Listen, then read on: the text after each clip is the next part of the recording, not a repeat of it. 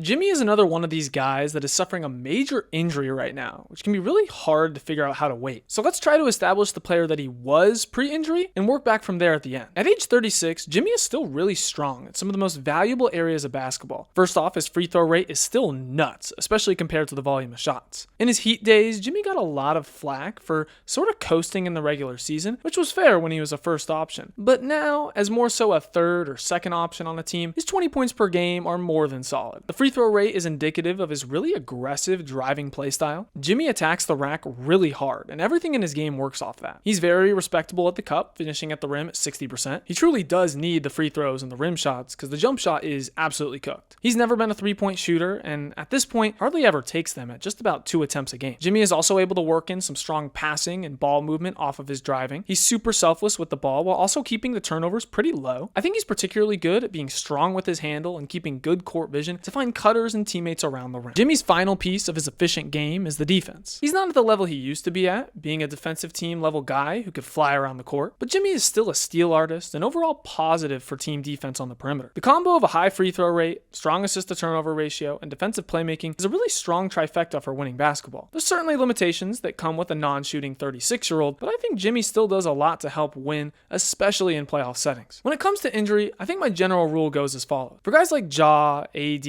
or Embiid who have chronic injury problems, they should be knocked a good amount. If you're not able to play, it's just a big negative on your game. But for guys like Jimmy, Dame, Kyrie, or Hallie, who are coming off a major one-time-ish type injury, I'm going to be more forgiving and account for age and level of injury. As for Jimmy, he's quite old and it is a torn ACL, so I'll knock him down a moderate amount to 55.